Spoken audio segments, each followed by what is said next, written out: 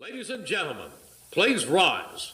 And now to honor America, please join in the singing of our national anthem. Representing the three-time Stanley Cup champion New Jersey Devils, Arlette.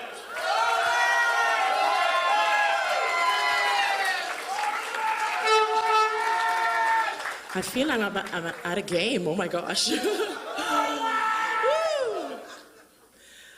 Oh, say, can you see by the dawn's early light what so proudly we hailed at the twilight's last gleaming, whose broad stripes and bright stars through the perilous fight o'er the ramparts we watched were so gallantly streaming, and the rocket's red glare, the bombs bursting in air, gave proof through the night that our flag was still there.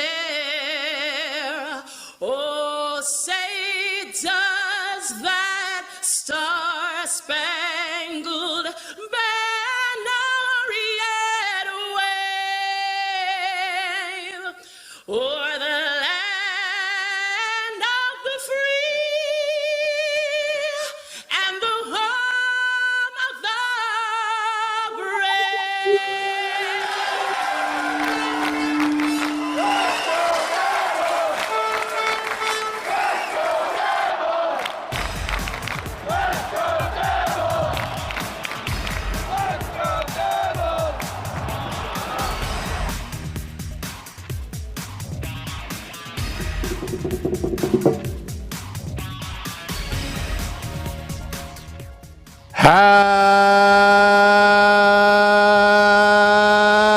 Happy Devils Sunday. This is the Let's Go Devils podcast, season 3, episode 51, titled Botched NHL Draft Lottery. I am your host, Sam Wu, here with Beer Baron and Scotty from SiriusXM Liquid Metal. Come on. Thank you. Want my proper introduction there. Jeez. And Short Sky will be beamed in from somewhere in Wildwood, New Jersey at some point. Back machine. Sam forgot we were doing a podcast there for a second. He just kind of stopped, just like, what's going on? What am I doing? Am I in the Cayman Islands? What's going on?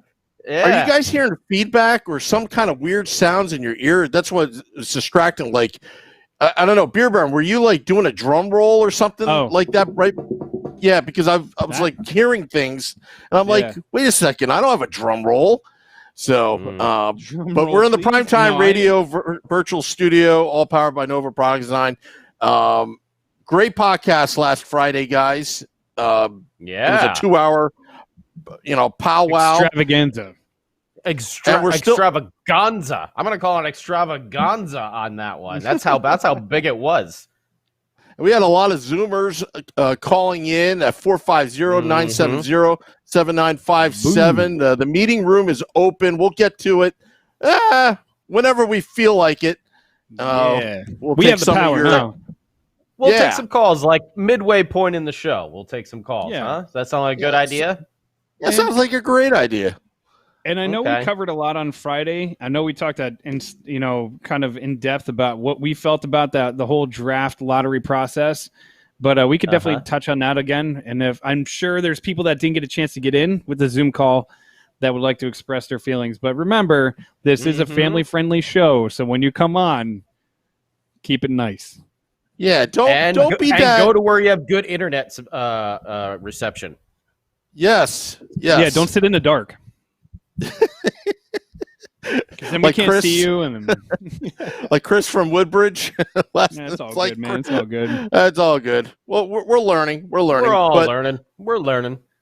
So I still got a lot of things to say about this botched NHL draft. I wasn't able to express my grievances last Friday. You're busy doing some producing, huh?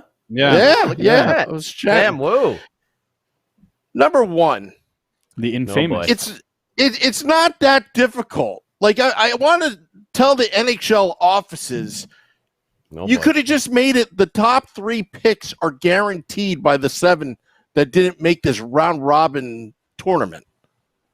Agreed. It just doesn't make sense. When I see the New York Rangers 12.5% would be able to get that first overall pick, or the Pittsburgh Penguins, you know what this means?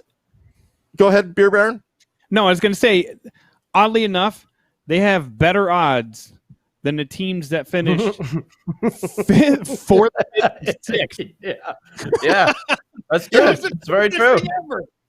Yeah, and let me also point out something that's now really pissing me off as a Devils fan right now. Pissing me off. About it, Sam Wu. Tell me about it. This just tells you the last game of the season against Pittsburgh, with the Devils lost after having a good run, Mackenzie Blackwood. That loss is a bigger loss now because of this stupid, complicated NHL lottery system. Because I'll tell you the reason why. Had they won that game, they would have better odds right now of getting that first overall pick and being in that 2014 tournament. Which is, doesn't make sense. First of all, my buddy Kevin, who's watching, Kevin, go cram it with walnuts, ugly. All right. So I have to tell you, we're not being jealous. What it is it doesn't make sense. I don't care if the Devils were in this. I mean, obviously we might not be barking at the microphones as much if the Devils were on the flip side of this. It's just common, but be realistic. I don't care what team you root for. Be realistic. The fact that a team that is going to get a chance to play in the playoff 24 game, whatever, or 24 team system right now has better odds than a team that finished towards the bottom of the league. That doesn't that completely like null and void the point of the lottery system? That doesn't make any sense. Why give them a better chance of winning the lottery than a team that had a terrible year? Like it does. None of this makes sense to me. You're rewarding. I don't know, man. I know you don't want teams to tank and stuff like that, but now you're actually setting yourself up to have teams tank in this 24 team tournament. I'm just saying. I think Sam got it right with the title. Like one of my favorite old mathcore bands from back in the late 90s, Botch, from out in the old West Coast Pacific Northwest. I mean, this is just botched. How not every higher seeded team is going to win. There's going to be an upset, at least one. So you do run this opportunity of a team like the Penguins or the Oilers, or any team like that that's near the top that, was fighting for those playoff positions, now have the opportunity to get a generational player if they lose. Like, it's so stupid. Man, like I'll tell you what. Well, I mean, just think of this. Like they've been off for a while now. This is basically like an off season that they've had. Yeah. How many times have you seen this? Not in hockey, in every sport imaginable, a awesome team that is going to be good starts out the season a little slow. Oh, we had a little slow start. We didn't get it together. So you got a team, in the upper echelon here that can have just like a slow start for a couple games and poof, they're eliminated. And now all of a sudden they're in this lottery draw for the top pick overall with like I said, a generational player. A generational player. Why did they just do that? Like Sam said, the top 3 have to be guaranteed to like one of those first lottery teams. Can't go higher than 4, and I'm all for it. All for it. Yeah, dude. And imagine, Sam, we're upset about this not only because we're Devils fans and if we would have gotten the first overall pick, that would have been great. But being bumped from 6 to 7, that makes a huge difference. And what people don't understand is like that one spot can make a difference in a player that you get. You could be missing out on a Rossi or a a kid that you really had up on your draft board thinking that you were going to be drafting in that 4, 5, 6 area. So now they get bumped down one, right? So that's annoying. But imagine being a Senators fan. And this is one thing that you didn't get a chance to say this either on Friday, but put yourself in those shoes. Like, what would you be saying if we were in the Senators' shoes and we had that 2-3 and that 2-3 turned into a 3-5? Did you watch Did you watch the actual draft lottery too, where the woman from Ottawa? No. They had all like frontline workers from the different team areas like on there, and the lady, she was so sweet. She's like, "Oh, Alex is a good Canadian boy. That. Wouldn't it be something to him come home to Ottawa?" She was so excited. And it's they had a 25% chance of winning that first overall pick too. 25% chance. 25. Yeah, now every Canadiens fan is just like, suck it, He's going to go to a Canadian team that matters. Well, in our previous podcast, guys, we were talking about how complicated the formula was, and then all of us were kind of like, we'll figure it out once we get there, right? And you know what? Even back about a month ago, I was like, I don't have a good feeling about this, like deep down inside, because it was so complex and I couldn't even understand it. And we're hockey fans. Sounds like a power ballad. I don't even understand about this deep down inside.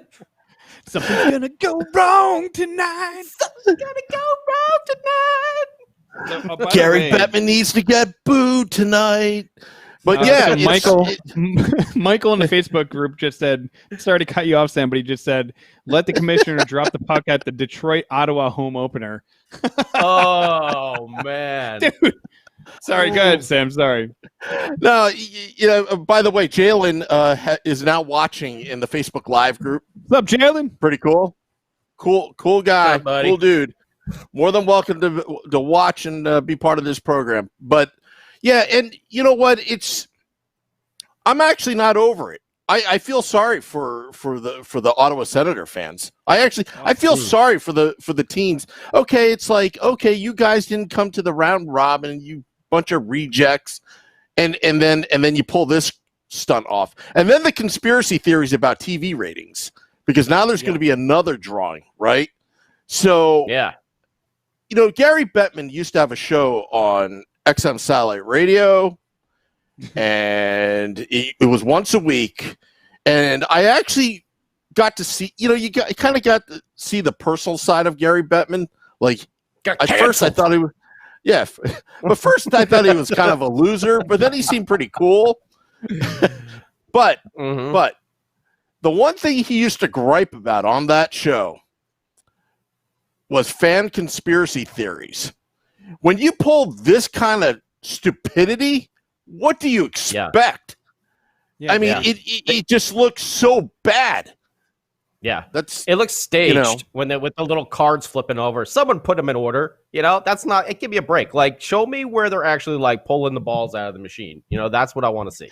So last year, you could bring up a good point. Last year, they actually did a behind the scenes where they showed it, the whole process, right? And then they had a list. And it's still like, looking at it, it still kind of made sense, but didn't really make sense, like how they generate all the numbers and stuff. But anyways, when they did all the numbers, the Devils came up, and then they came up again. And let's not forget that last year, even though we did get the number 1 overall pick, it was leaked on Twitter like an hour before the actual draft lottery happened. So, like, they can't get their stuff together. And seriously, like, it was cool because I went on Twitter and I was like, oh my God, if this is true, this is amazing. But it also sucks that the Rangers got the number 2. And then it ended up being true. But I mean, like, the whole thing that I think pisses me off about this entire process the most is what they should have done.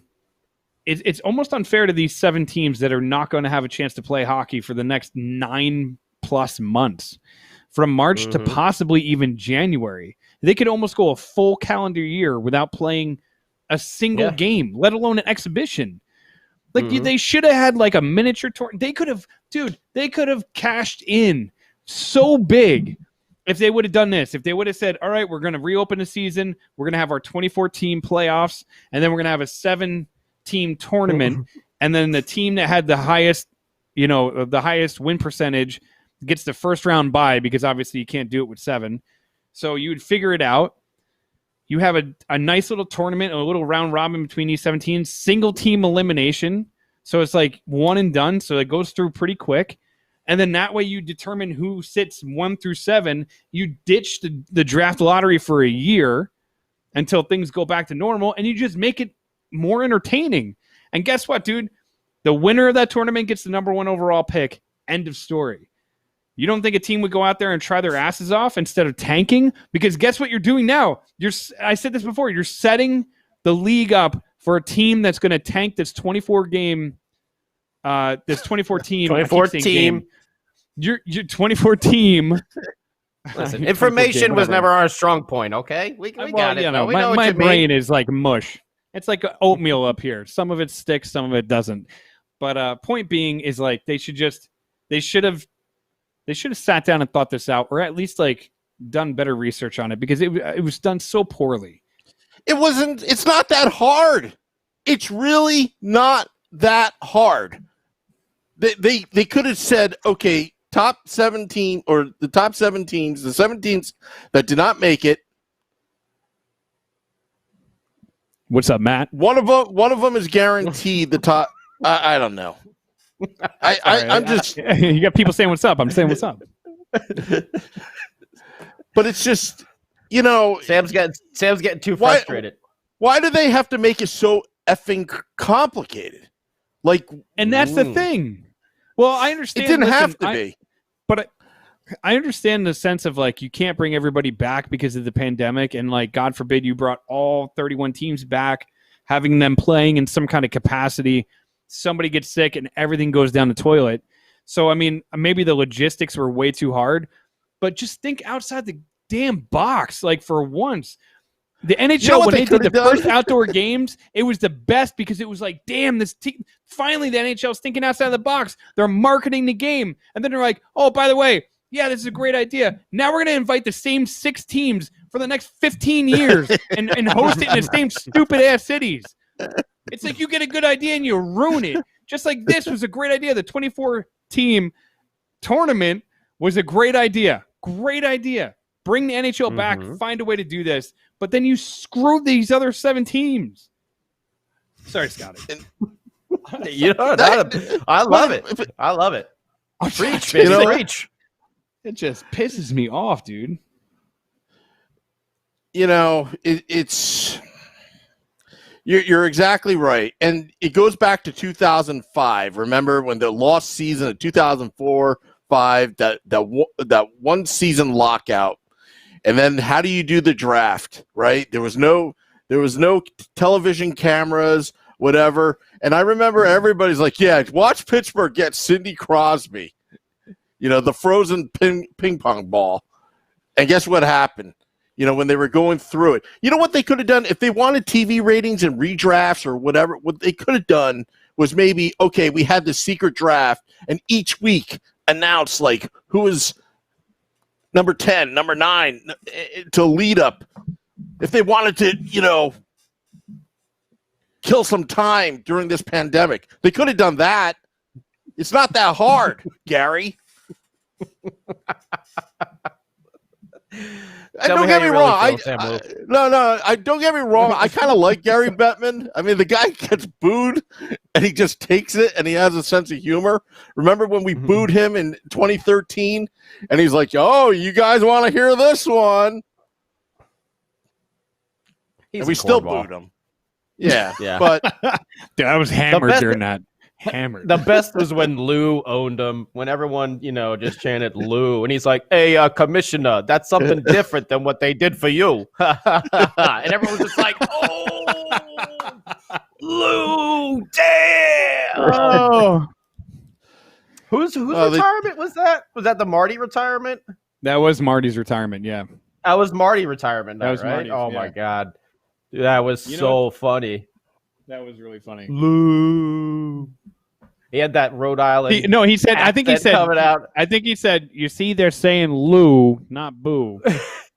Unlike you, like he's like Dr. Seuss now. Yeah, and you know, he owned him. He owned him. Uncle Lou coming back with the fire. That was awesome. And the other thing too that I can't stand is now I'm seeing all the memes, like the what ifs, like McDavid, Draisaitl, and Lafreniere, or however you say his name. Now, like I said, I don't care. He's not going to be a Devil, so I don't have to pronounce the name correctly. I don't even care about you anymore. I know I brought this up on, Naga not going to work here. So I know I brought this up on Friday as well, but also look at a team like the Blackhawks that have these, Captain Insano contracts attached to them, and they had to get rid of so many players. A generational talent on a rookie contract is just what they need, to re-energize that franchise and be there, with Kane and company as they go through these later years of their career with the, crazy cap hits each season, Lafreniere. Thanks, Joe. But Joe, I just said I don't care if he's not a Devil, dude. It's Lafreniere. It's Lafreniere. I don't care. It's live. It's live, baby. It's live. And if he's on the Rangers or any of these other he's going to get don't you booed. Put that voodoo on me. I remember when Sidney Crosby used to get booed like right off the bat in every single seat, but everybody liked Ovechkin that same year, Well, so because Ovechkin went out and hit people and stuff like that. Yeah, everyone always thought Sidney was diving everywhere. So whiner, well, because he remember the whiner. Yeah, so that's why Ovechkin would go out and knock you down on the old backside there. See, that's the one thing that I have always respected about Ovechkin is he will score and then he will just body the hell out of somebody. Like, dude, that shot is just oh my god, it is just unreal. That shot that he's got, it's just such a rocket. It's so funny because like, no, go ahead. No, go ahead. Good. No, I was just gonna say like on the power play, he sets up at the same place. Like, oh yeah, for his entire career, and it doesn't matter. It doesn't matter. He will score from that spot. You could have like three guys over there, and they'll be like, they're not going to pass him the puck. We better go watch one of these other dudes. And it's like, no, Nicholas Backstrom will find a way to give him the puck, and then he'll just blast it past your goaltender. Dude, that's how good he is. He's like Mo from the Yankees. You knew he was going to throw a cutter. Here it is, coming every single time. He just couldn't hit it. Same thing, Ovechkin. I'm going to sit right here. If you want to go and dive in front of this, go for it. I wouldn't want to do that, but you could go ahead and try to do it if you want. Hey, so Ray from the Facebook group has a question. He says, does anyone think since a team that is in the playoffs will be getting the number one pick that makes it for sale? And that's actually a really good question because I was thinking about this. Let's say that all the cards fall right. And I don't think they would do this because this is kind of stupid, but let's say that the Devils took like their 3 first-round picks, and they went to whatever team won it. Let's say Chicago. Hang on a second, because if Arizona gets that overall pick, then we no. I'm saying like if but I was saying if everything fell into place where the Devils got all 3 of those first-round picks, Arizona gets bumped out. They lose in the first round. Vancouver they don't get that first overall pick. Vancouver moves on. Blah blah blah. So we get those the first round picks, all 3 of them. Mm-hmm. Would you be enticed to package all 3 of those picks to try and get to number 1, or do you say screw it, roll the dice on the talent that we have at 7, 10, and whatever the hell it's going to be, 17, 18, whatever, blah blah blah? I mean, it's definitely enticing, but with the depth of this draft, it might be, the 3 first-round picks might end up, being a little bit better for us in the long run. No denying it adds a lot of depth for sure, but you could also. Yeah, there's no denying his talent. It's unreal. He's going to boost whatever team he's go to. It's immediate NHL impact. However, I feel like, looking at this draft, you really have like 8 or 9, possibly 10 players, even more, that are going to be, impact players next year after they're drafted. So the mocks coming in still see the Devils, a couple that I saw us landing someone like Alexander Holtz, which would be really good for our team. He's an impact player. He's going to be an impact scorer. I'm kind of okay with that, and to see what else we got going on here in this first round, rather than just go in with the top pick. I gotta say something. What? Last Friday, when Detroit got the fourth overall, they're like, "Oh, remember Detroit? It's not so bad. Stevie Y was the 4th overall pick when he got drafted." Yeah, we were saying that on Friday. Yeah, and the look on his face was so disappointed. Yeah, my team won 3 games this year. You guys, come on. I mean, but this draft is like a different draft, though. This is going to go down as like one of the all-time like deepest drafts ever. Everyone is comparing it already to like 03. When you had so many guys come through there, from Parise to Seabrook to Bufflin. That 03 draft is probably one of the deepest drafts, because Burns, if you look, Shea Weber, oh my God, dude, Fleury, Marc-Andre Fleury. Go ahead. Yeah, but no, I'm just saying, statistically, if you look at that draft, the amount of people that made it into the NHL that came out of that, not just the first round, but just that draft overall. That's the one thing that people don't like. You look at a draft and like, if you're lucky, Corey Perry and Ryan Getzlaf, both in first round that year. Yeah. Ooh. If you look at a typical NHL draft, and you look at let's say the Devils draft in all the rounds, right? So we get a pick in every single round. The average of those guys making it to the NHL is maybe 2 out of the 7. And that's just average. And I mean, somebody could go on here and be like, your numbers are wrong, blah, blah, blah. And I'll be like, you're probably right. I did say my brain is like oatmeal. But I mean, like, the amount of guys that you get in the draft and that turn into NHL, like, and when I mean like NHL players, I mean like a guy that's not just in here for a cup of coffee. Like, there's guys that are drafted all the time. You could have a draft where all players that you drafted have come into the NHL for a handful of games and then have gone back to the AHL, been traded for this, traded for that, end up in Germany, whatever. Point being is, the amount of guys that you get in an NHL draft or any draft, NFL, baseball, whatever, the amount of guys that actually make it into the big show and are full-time sticking players, the percentages are not that high. So going back to what I asked you before, trading those 3 picks for Lafreniere or sticking with those 3 picks, Lafreniere, whatever his name is, Captain Frenchie. And I can say that because my last name is French. But that's my point, is do you take those 3 picks and kind of roll the dice on what you get with it? Or do you try to hit a home run and go for that sure thing? You know what I mean? Like, you don't even have to trade for the number 1 overall. You could probably trade 2 of those picks, the 7-10, and flip it for maybe, I don't know, the 3, the 4. Maybe Detroit wants to move back. Maybe there's an opportunity to move up a little bit. I'm just saying. I'm just listen. Yeah. At this point, throw it anything against the wall and see what sticks. I don't know anyone. Maybe a mystery team. I could see maybe Ottawa trading their 3 and 5 up to the mystery team, so they could take Lafreniere and then have the mystery team then take like 2 picks. A 3 and a 5. I could see that.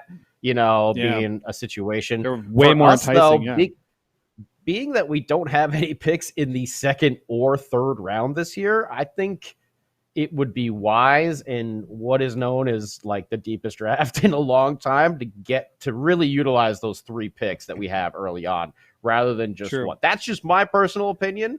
You could debate on the other side, and I'm sure there's plenty of good, solid points as to why we should go with, more of like a guaranteed stud in Lafreniere. But I feel like again, debatable. For me, though, I would say I would keep, if we do end up with 3 picks, I would keep those 3 picks and use them in the first round.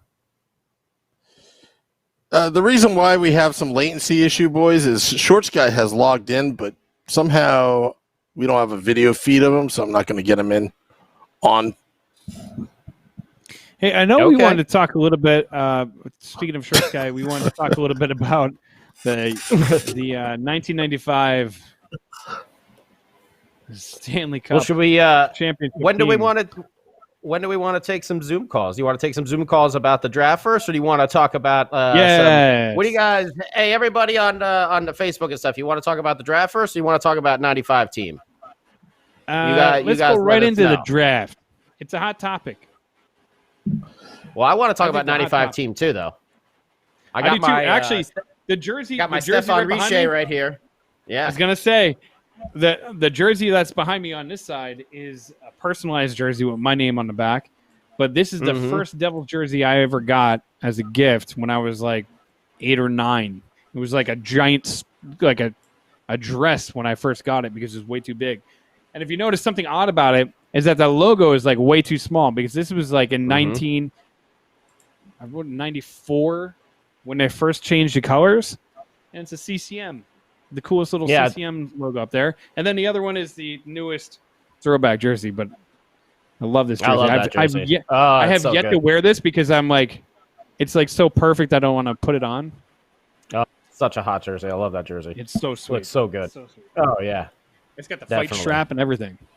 But anyways. But you are correct. The logos used to be smaller, before they because this was an authentic. That was the difference between an authentic and then the ones that you could buy at like Modell's was the logo was smaller because the NHL put a restriction on the size of the logo that you were able to put on a jersey that you were using for just retail sale. Little known fact.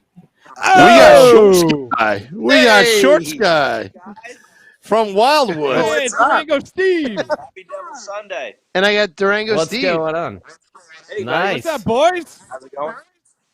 What's going on? Yo, so I heard the jersey argument, and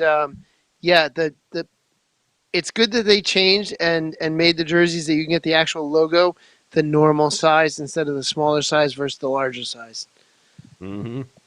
Yeah. This was predated. This is like from 1994. This bad boy back here.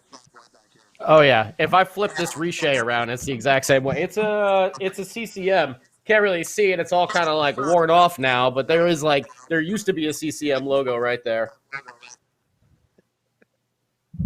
Well done, because you get to wear it twice a year when the Devils come out once a year. I used to wear this jersey nonstop. This was my go-to. My game jersey. I used to go snowboarding in this jersey all the time. I just put like a sweatshirt underneath it, and then I would just like wear this snowboarding all the time as well. So let's go, Shorts Guy. Now that we have you on, we want to go way back in the Wayback Machine. We want to talk to you about Game 4 of the 1995 Stanley Cup. I lost all sound here.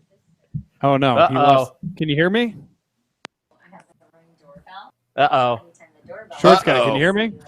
Technical difficulties. Oh, Technical boy. difficulties? Oh, boy. Shorts Guy, are you?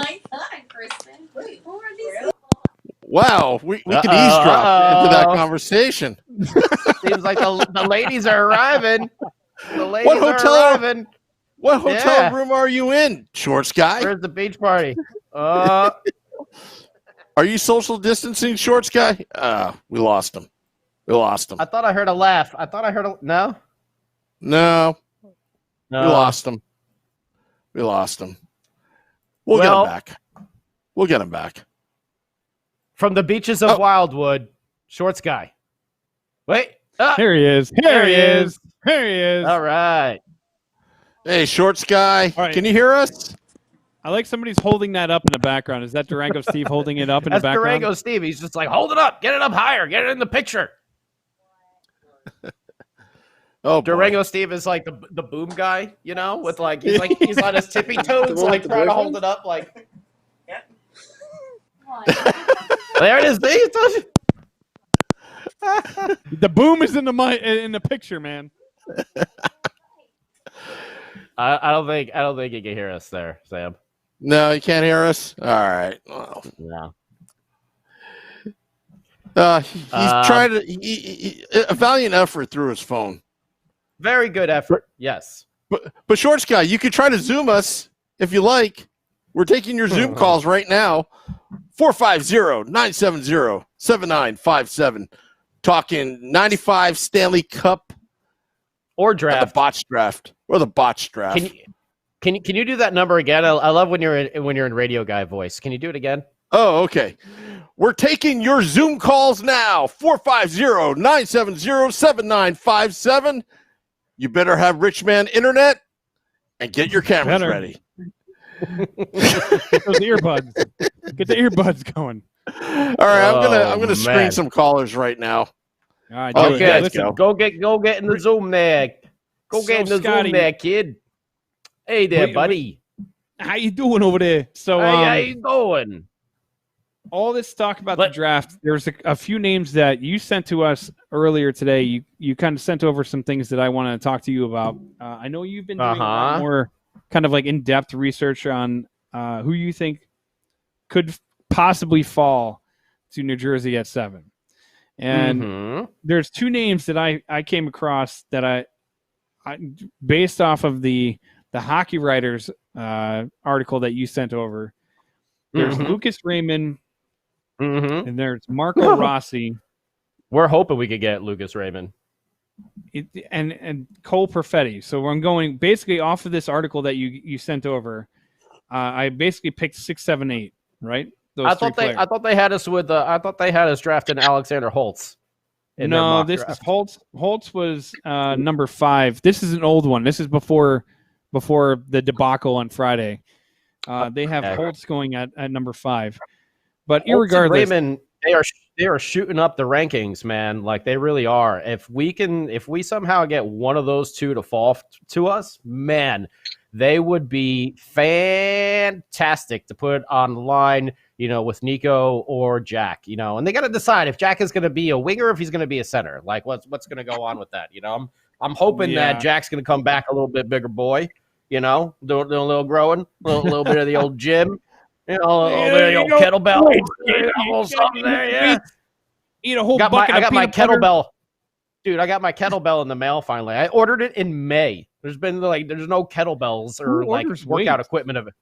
Well, everything is shut down. What am I going to do? I wanted a little kettlebell. The other part of that question is who works out? This is why I do 16-ounce curls.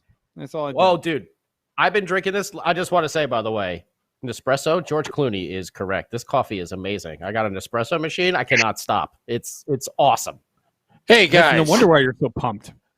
Oh yeah, got to interrupt. I got to interrupt this conversation. I got to interrupt this conversation. Oh boy. Who is it? Boy. Who you got on here? Is it breaking news? No. Well, kind of. He may have breaking news. Okay. He's a second-time caller, Zoom caller. On the Let's Go Devils podcast, we got Jersey Joe. Hey. Joe, we see that you got the rich man internet today. How are you? I'm doing good. It's the Verizon Fios internet, so that's what I was referring to last week.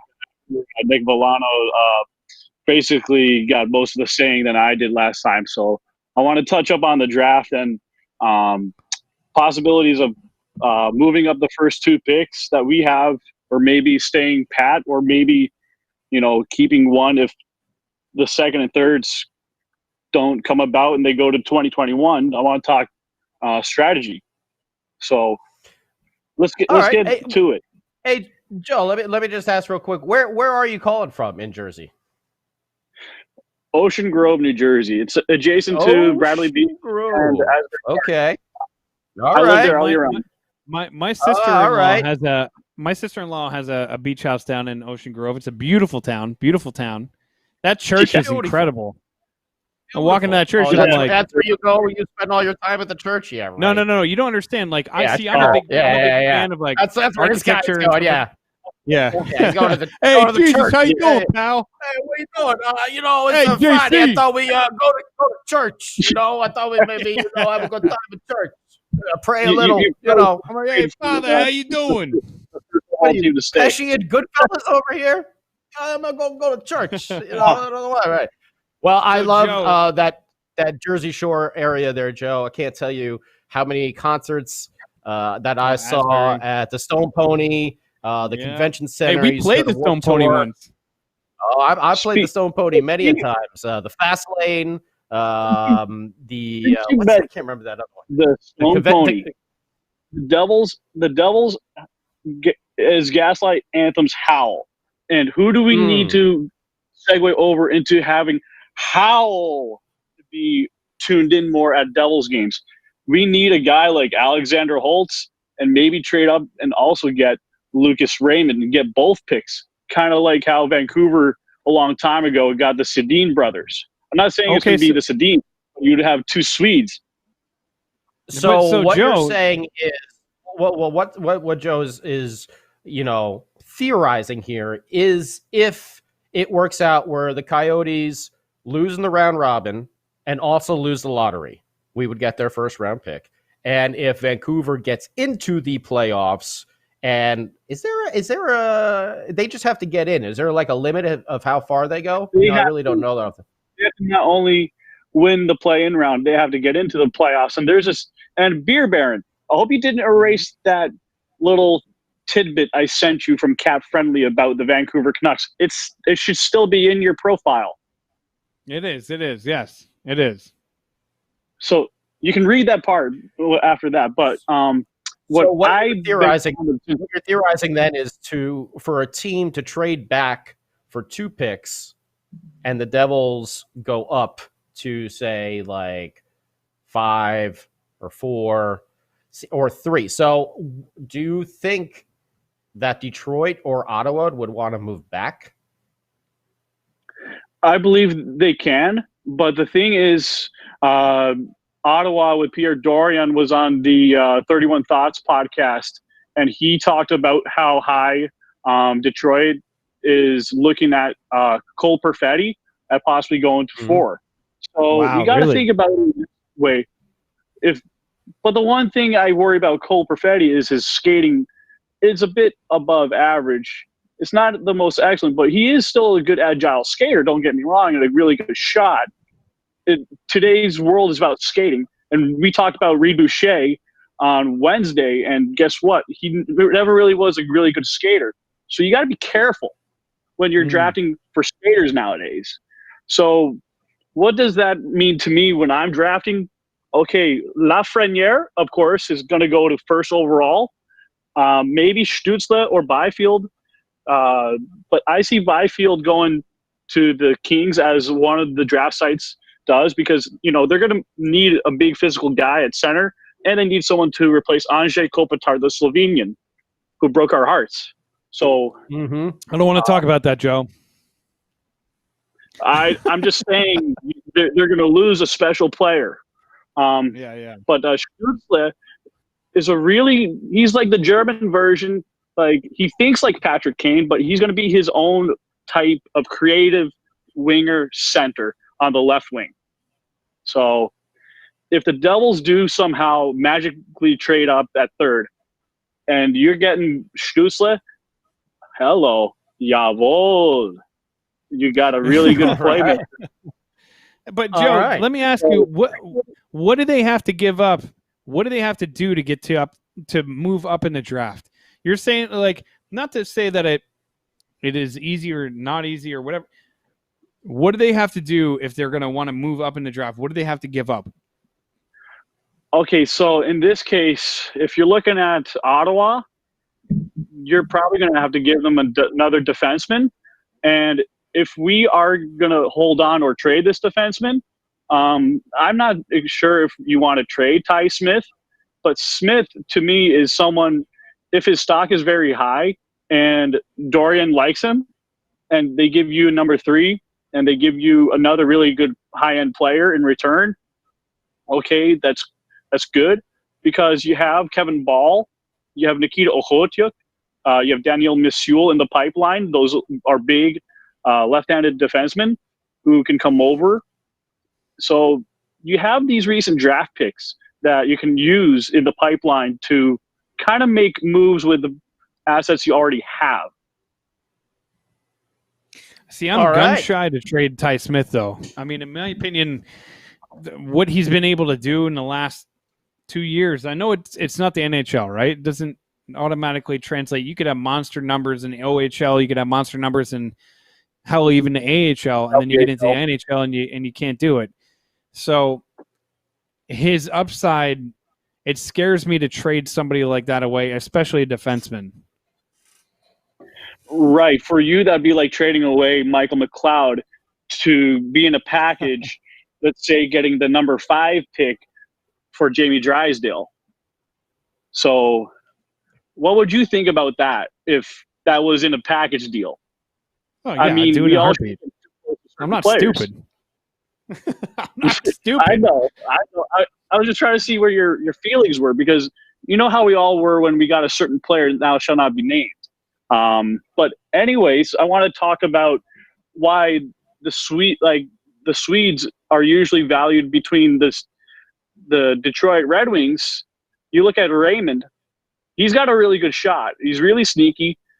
He's a younger 18-year-old versus, let's say, Lafreniere or Stützle. Byfield also is a younger 18. So there's another year of like developing and fitting into that ceiling. So you have a couple 1 tiers and a couple of 2 tiers looking at that. But Drysdale is the exception of the defenseman in this draft. No way in hell I'm picking Sanderson at 10. I'm not comfortable with two-way defenseman. I'd rather have Anton Lundell or Jack Quinn.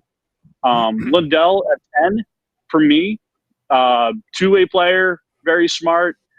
Like, he's the left-handed version of Travis Zajac, but with more fluidity. Him being 6'1", he's young. He's a few months younger than Kaapo Kakko. And the Devils have had really good scouts in Finland for the past few seasons, the past few drafts. So think about that for a second. If you've seen a kid 16 all the way to 17, almost 18, you're probably sold on that kid by that time you get to the June draft or whenever this draft's going to be. Right. All right, Jersey Joe, we're gonna actually we're gonna go take some other callers actually right now too. We want to get some other people on here to get their opinions. Let's see what other people think about this, about maybe moving up in the draft, trading up, or going with the 3 picks instead. But thank you, Jersey Joe, from down there in Ocean Grove. All right, Jersey Joe's the man. Just saying. All right, so we'll get Sam. We'll get some other Zoomers up on the call. I know we got people waiting in the old Facebook page to hop on here before we run out of time because we're getting pretty close here. But all right, Holy so that crap. was it's already 9:53. When the hell? Yeah. When the hell that happened? So that was interesting. For me personally, I don't see trading up. I can't imagine why Ottawa would want to move anywhere but forward. I can't see them. Same thing with Detroit. I don't know. I don't know why they would want to move backwards when they can get stud players right there at the positions they're in. I can only see them moving forwards in the draft. So I don't know. Maybe we can pull a deal where someone does.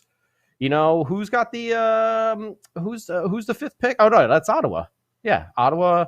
And then Detroit is 4, Ottawa again, and then LA. Man, who am I missing? Who's at 6? Buffalo. No, Buffalo is Buffalo is 8. Buffalo go to 8. Buffalo went to 8. We went to who 7. Am I missing? Who am I missing? Damn it. Somebody. Somebody. Some team. Sam, come on, save us. Sorry, I wasn't listening. I was just queuing up the caller. You guys say anything interesting? No, we were just trying to remember who's the number 6 pick. We forgot because we're dumb. Anaheim. There we go. All right. We should have. We should have asked. We should have asked the next Zoom caller. Again, second-time caller, long-time listener. Found us on YouTube. A New York Rangers fan that loves the Let's Go Devils podcast. We have Jalen from Manhattan. How are you, Jalen? Hey, what's up, buddy? What's on your mind? What's on your mind, Jalen? Uh-oh. Technical difficulties. What's up, Jalen? What's on your mind tonight? A little bit more. You can hear me? Oh, yeah, we can hear you. There we go. Yeah, we can hear you. Cool. No, I seen that you guys are going to talk about, 1995. Yes. What was your experience? So 95, God, 95. The thing that sticks out in my mind the most is, first of all, every Rangers fan trying to put an asterisk on that Stanley Cup victory and saying basically didn't count. But the thing that I remember the most because I was, it's in 1995, I was 13 years old, right? So that's when you really, as a kid, like, in my opinion, that's like when you really start to put your roots in the ground of like who you're rooting for, and you really start to like come up with your identity on your own. Because I grew up a diehard Yankees fan, but I had no choice. Like, my dad was a Yankees fan through and through, and it was like some people have a picture of Jesus on their wall. I had a picture of Mickey Mantle and Joe DiMaggio on my wall. So you had no choice.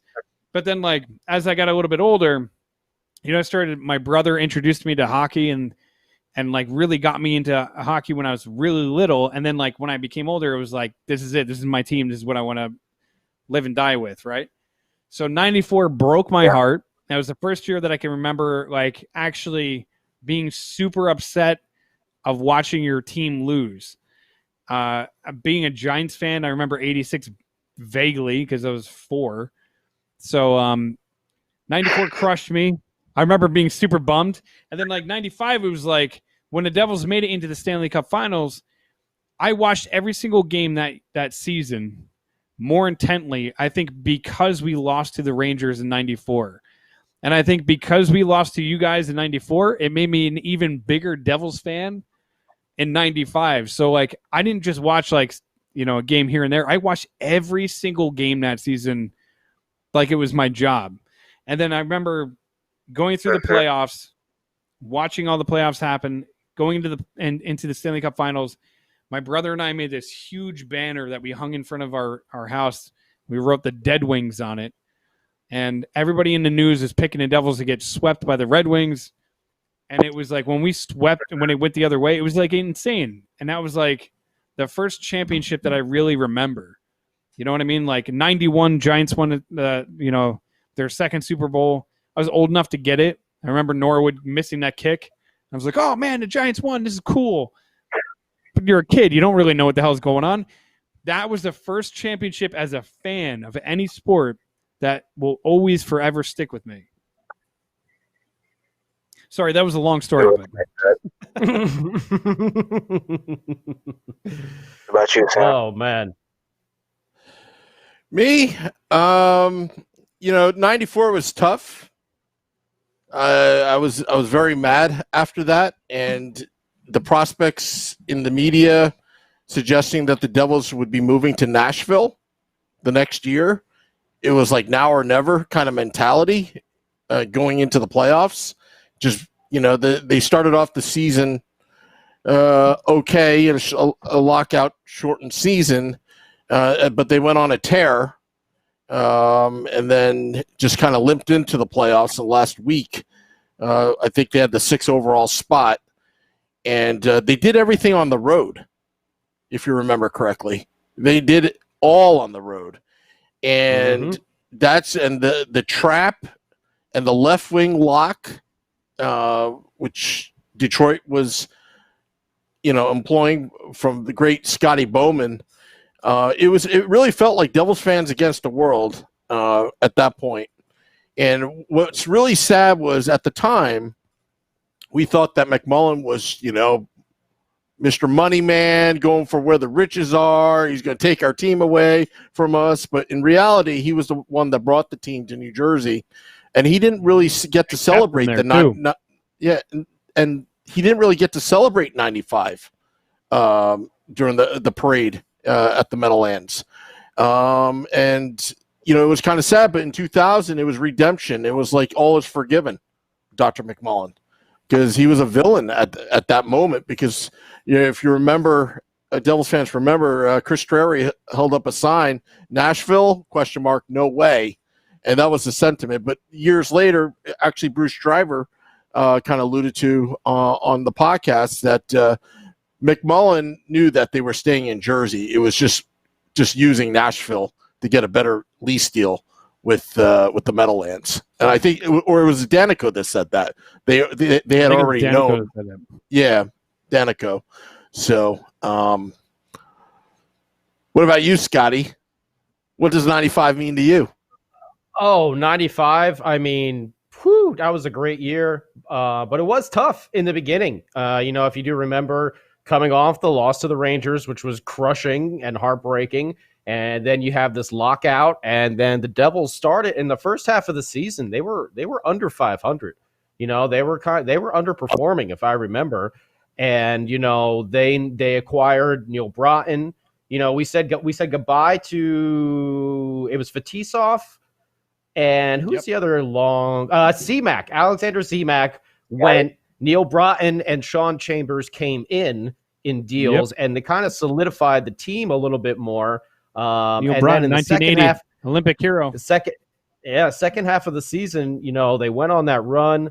They got in there, and for me, one of my all-time favorite players when I was growing up was Randy McKay.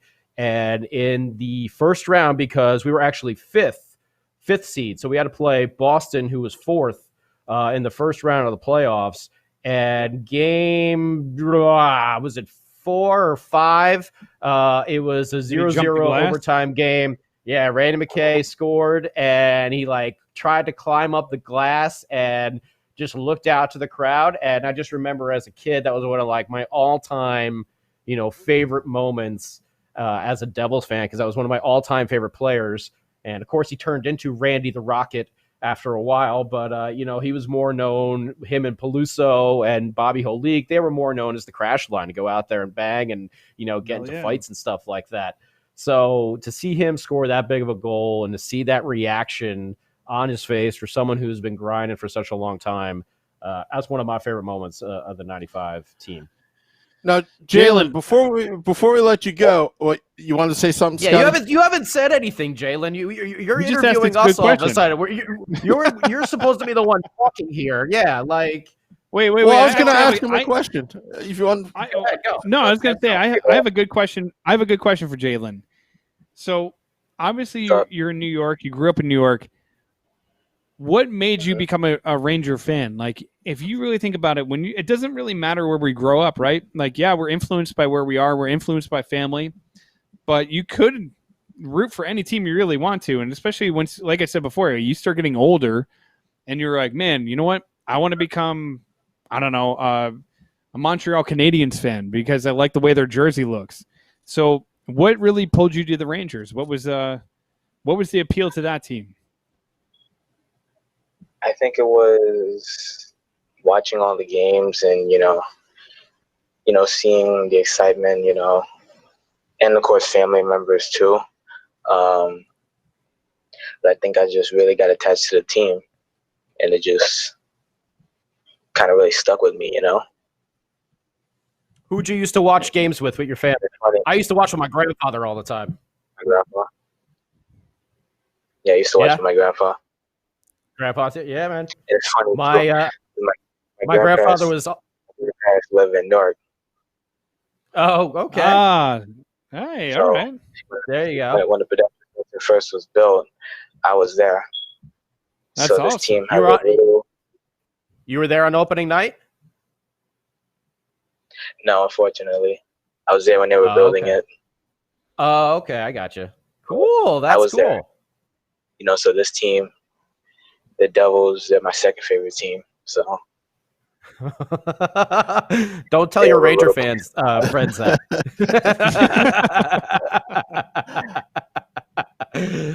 Oh, well, Jalen, thank you for calling in again. What's that? I like your shirt. Oh, yeah.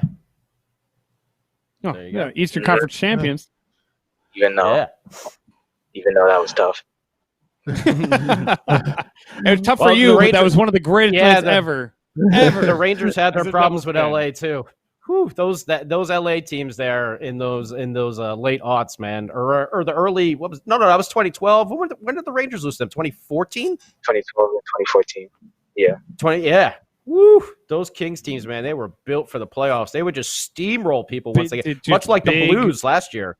Yeah. Yeah, big bruising teams, but I want to point out two similarities between the Devils' run against the Kings and then the Rangers' run against the Kings. Both of those series were turned on, like in a Devils series. If the Devils win that game where Anze Kopitar has that breakaway goal, that series is completely different. Completely different. Because they showed, like they went down 3-0 in that series, and then the next two games they won, and they won handily. And it felt like the complete momentum was shifted. And that, game 6, it felt like the momentum was shifted until that horrible, god-awful, we want LA to win the Stanley Cup call where they gave Bernier the 5-minute major. That was one of the worst calls I've ever seen in any Stanley Cup final game ever. But irregardless, whatever. But our series was very similar to yours because you could have changed one or two things that happened in the series against the Rangers that would have definitely changed it in your favor too.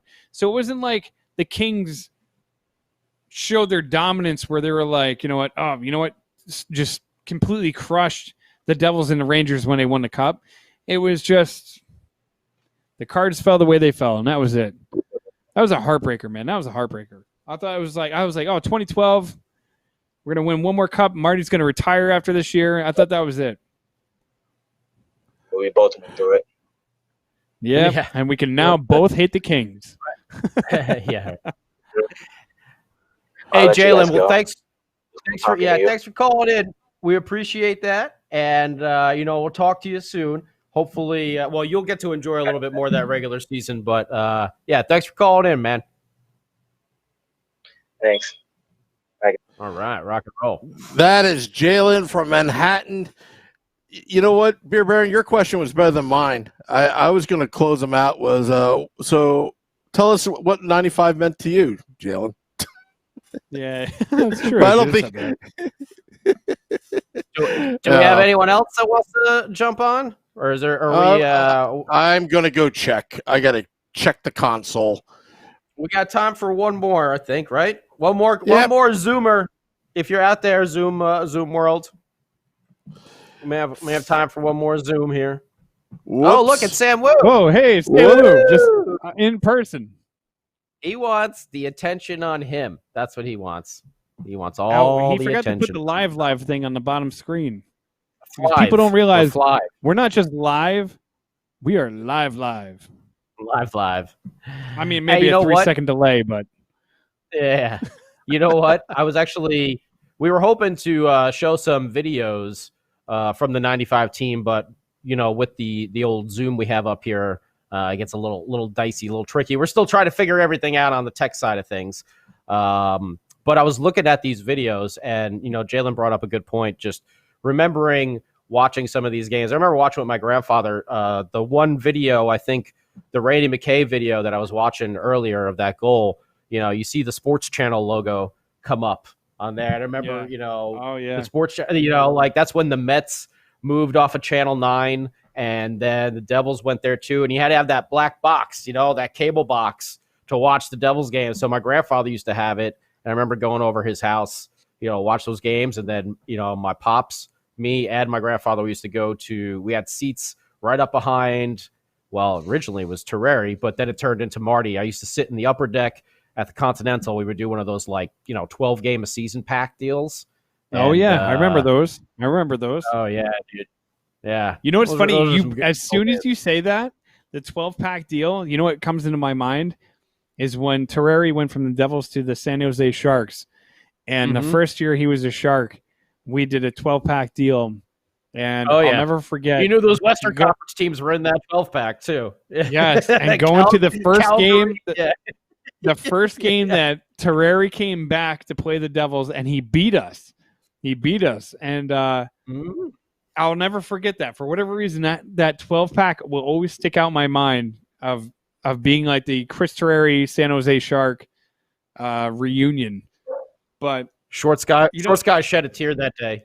You knew that. Yeah, exactly. He was so happy, but mad at the same time. So happy and devastated at the same time. Yeah. Oh, Sam's back. Hey, Sam. Do we have another Zoomer call?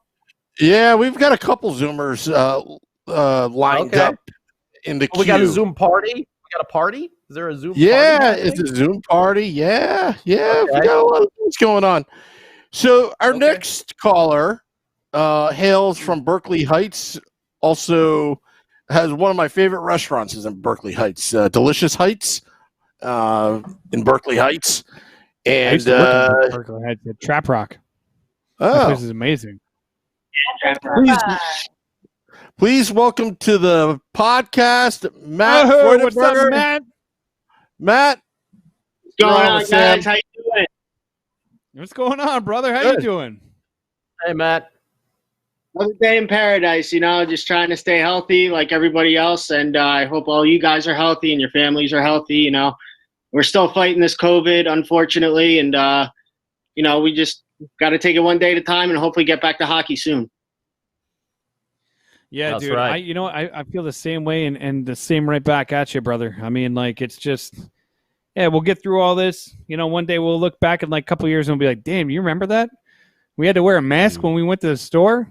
We had to wipe it with bleach. What the hell was happening? Cats and dogs living with each other, mass hysteria. Hey, Matt, we've been talking about the draft and the 95 team. Do you got any thoughts on the draft or maybe some memories about the 95 team? So 95, I was actually only 3 years old, so I don't really remember it that well. Just a baby. Okay. He's just a baby. All right, just a baby. Just a little baby. But I got very fond memories of 2000 and 2003. I was there in 2003. Okay. I remember what game in 2003? Building. Yeah, the building was just totally insane. I remember the whole upper tier just rocking up and down, and it was just nonstop, so much fun.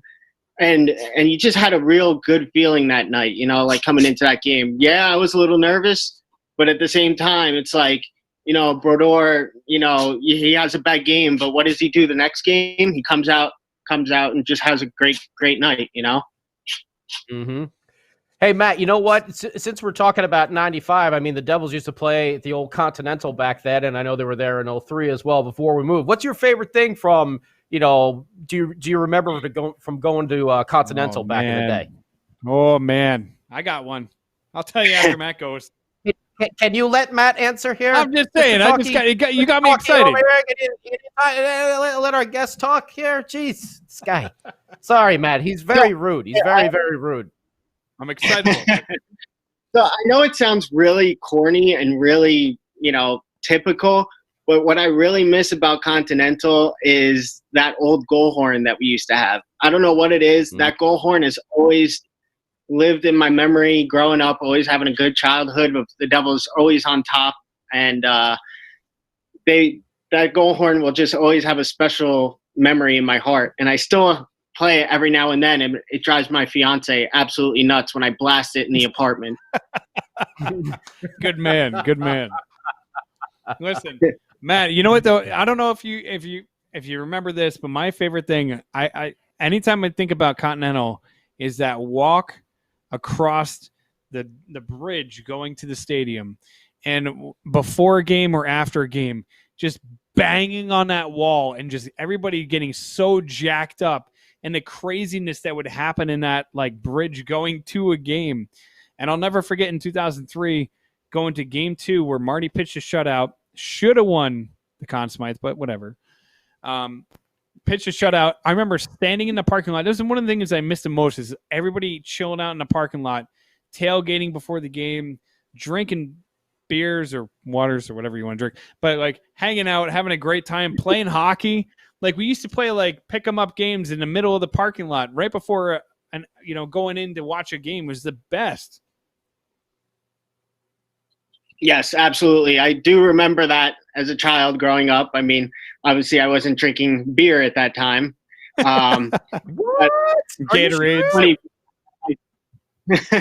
I do remember, the walkway and banging on the glass. And also, side topic, growing up, being a Yankee fan, too, when you're going from the old Yankee Stadium from the subway, there was also a similar you bang on the glass like there at that time too. Yep. So it's cool. It's like those two connections, because I've always been affiliated with hockey and baseball, and growing up with the Yankees and the Devils, winning was always a big thing. And just, I do remember banging on the walkway glass banging on all that the time. Steel, corrugated steel, as you're walking through, and just all the crap that was like written on the walls and like the horrible things, and be like, what does that say? And your dad would be like, just don't pay attention to that.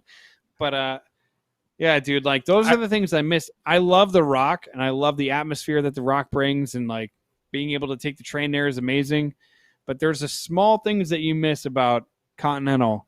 I don't miss being in traffic. That's for damn sure. But the before game rituals, and even the mass like exit of the Continental Airlines Arena, it was like I felt like you all had to wait at the door, and then like the doors would just burst, and then everybody would pour out of the doors all at the same time. So I don't know. Those are the things I definitely miss. But Matt, dude, thank you so much for coming on, man. We really appreciate it. Thank you. And I got a little funny thing right here. This Devil's tattoo right here. Oh, nice. Oh, yeah. Very cool. That's me. What's that? Who did that? My wife did that one? Yeah. Hey, wait, hold on. When I turned 18 10 years ago, she gave that to me. Hell yeah, dude. Wow, very cool. Hell yeah. Very nice. Cool. See, I knew who Matt was. Well, Matt, thanks for coming on.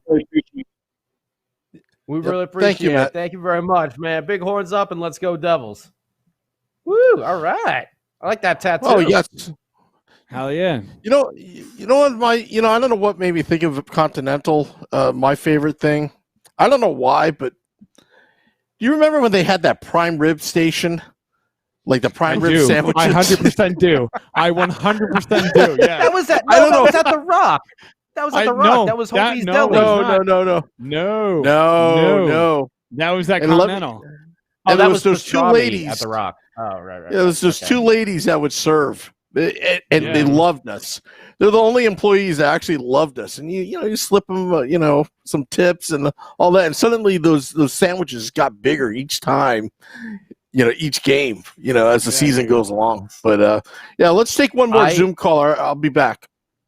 Okay, I'll say that I share the memory with Doc Emmerich, and that I really love and miss the perfectly stale bucket of popcorn that they used to serve at the Continental Airlines Arena. It was so like pre-buttered and salty, but it was delicious. I remember like at times when like the game would end and we would leave, and I would just like keep the bucket of popcorn with me and just like walk out and just be like, blah, blah, blah, like over like the over the boardwalk bridge and everything like that, going back to the cars, just like it was the same consistency of like packing peanuts. You know what I mean? Like that same like. It's like you're like, I'm not sure if this is really edible or if it's going to eat a lining out of my stomach. But yeah, dude, like there's so many little things. Like Continental, like the Continental went away like right when I was in the in the prime of my like being able to drive the games kind of thing, right? So like you would appreciate it if you were going to the game, you're hanging out with your buddies. I was at the very last game. And I'll never forget, I was at the very last game of Continental Airlines Arena, and I took a picture of me and my buddies. It was a couple of the guys, who but we're standing out in front of the steps of, I think, Gate C, and we're standing there, And I was just like, damn, I can't believe this building is gone. Although I was so excited for the Rock to be built, because one of the coolest things I love about the Prudential Center is the fact that you can take the train there. And that was like the biggest game changer, because like not having to drive all the way into the middle of the Meadowlands, and then like as much fun as you would have, it was a nightmare to get out of there.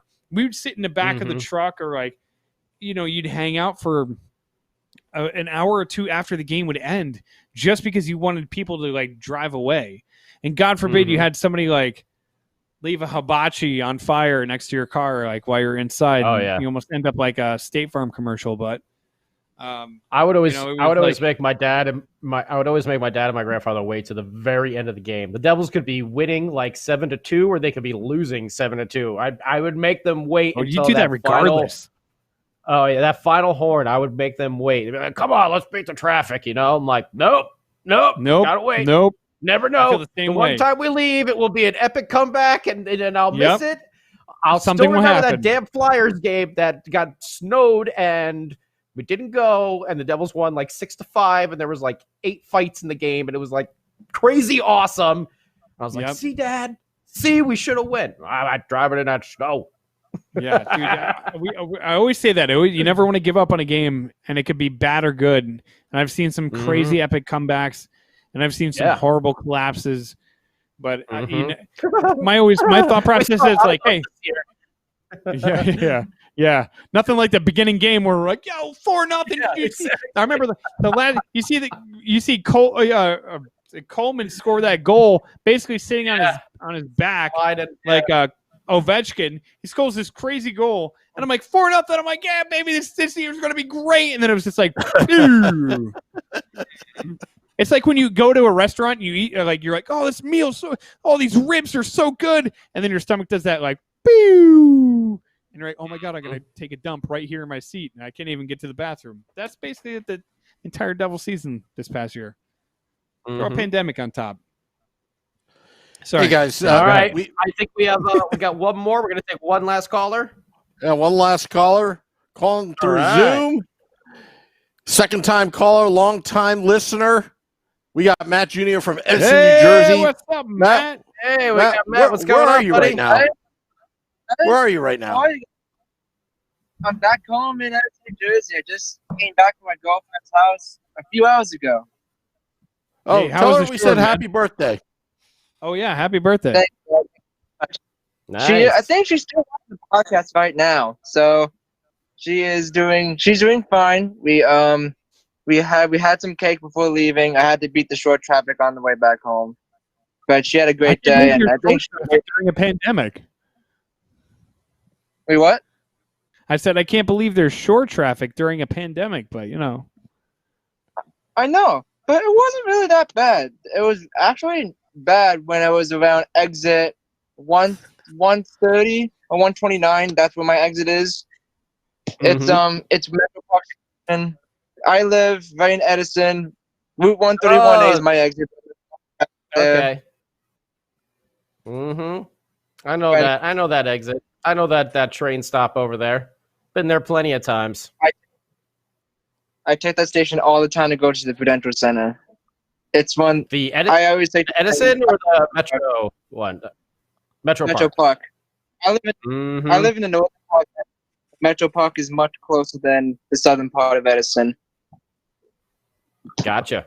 But, well, Matt, we've been talking draft and 95 team memories here on the show. So, do you got any ideas for the draft coming up, or do you have any thoughts? And how old are you? Were you around for the 95 team?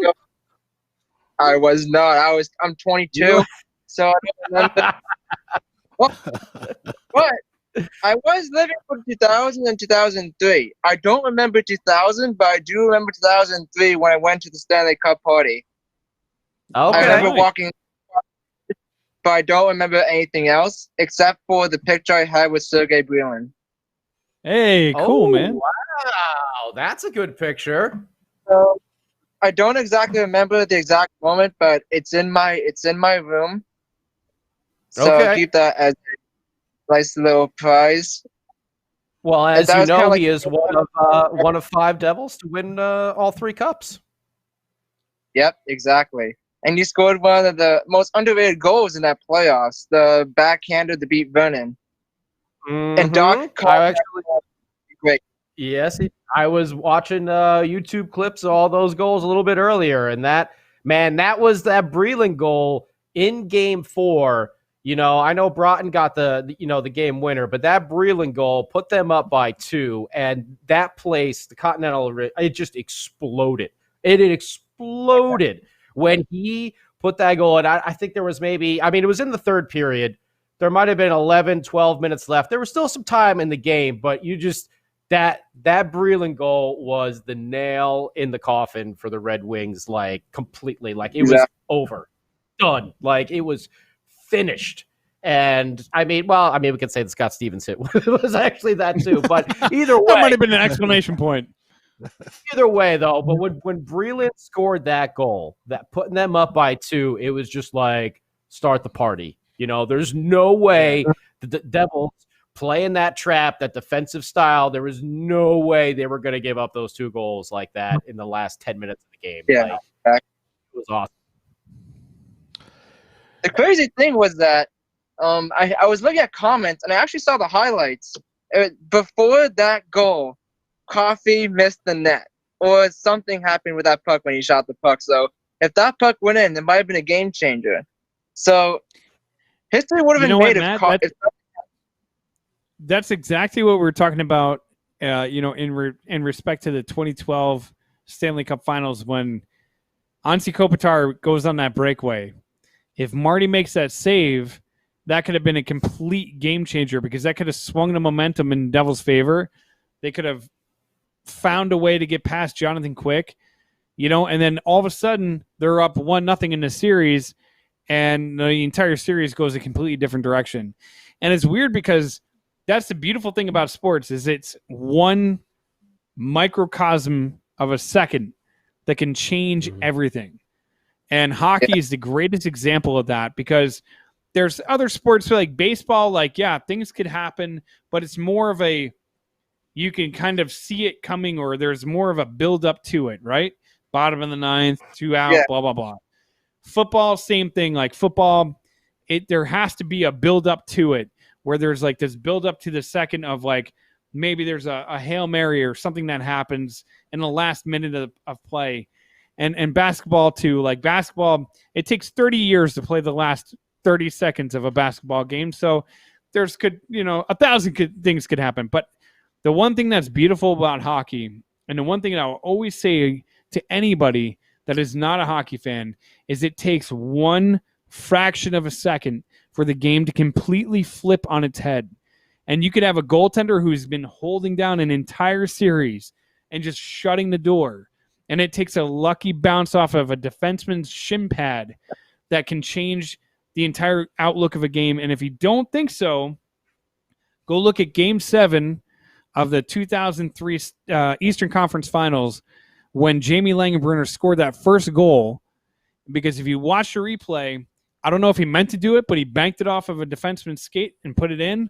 But at that point, the Devils didn't feel like they could break through, and they were getting chance after chance after chance.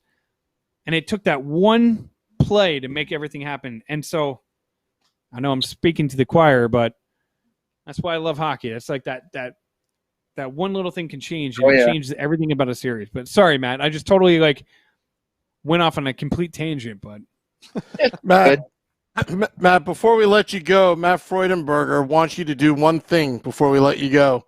He says, yell in your house, I love the Let's Go Devils podcast. Oh, okay, fine, Matt. Well, my sister went to sleep, so I don't think they're going to hear me, but I'll do it.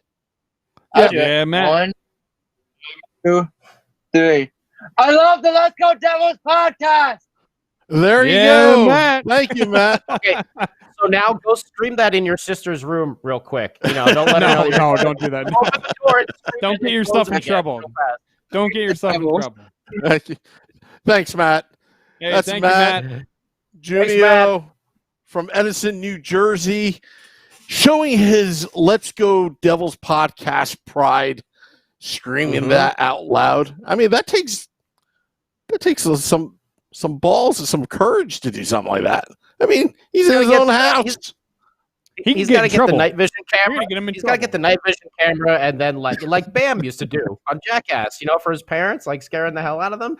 Like we need to have that Matt scaring his sister like that, and we'll just we'll play it here on the old Let's Go Devils podcast. Yeah. Hey, by the way, we might be a Devils podcast, but I have to give a shout out to two people that are not Devils fans that still religiously watch our podcast. To my friend Kevin and my friend Lisa, thank you for watching us.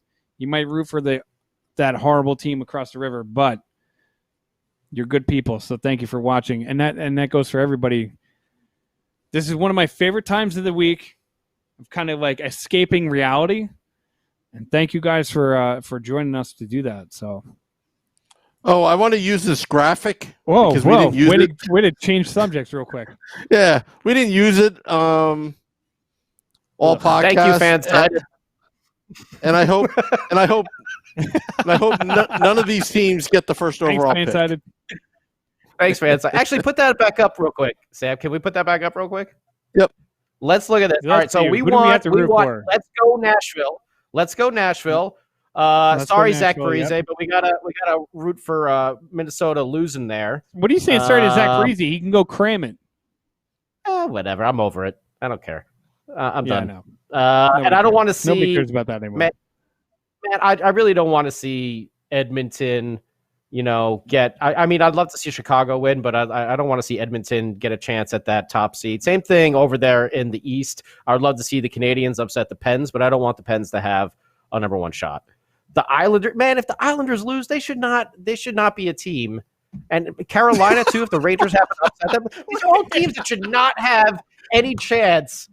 Wait, that is the funniest thing you've ever said in your entire career in this podcast is if the Islanders lose, they shouldn't be a team. Well, I meant, yeah. Well, I kind of cut myself off. They shouldn't be a team. Every Panther fan's like, but we're a team. No. They shouldn't be a team in contention for contention for that lottery. It's just dumb. But whatever.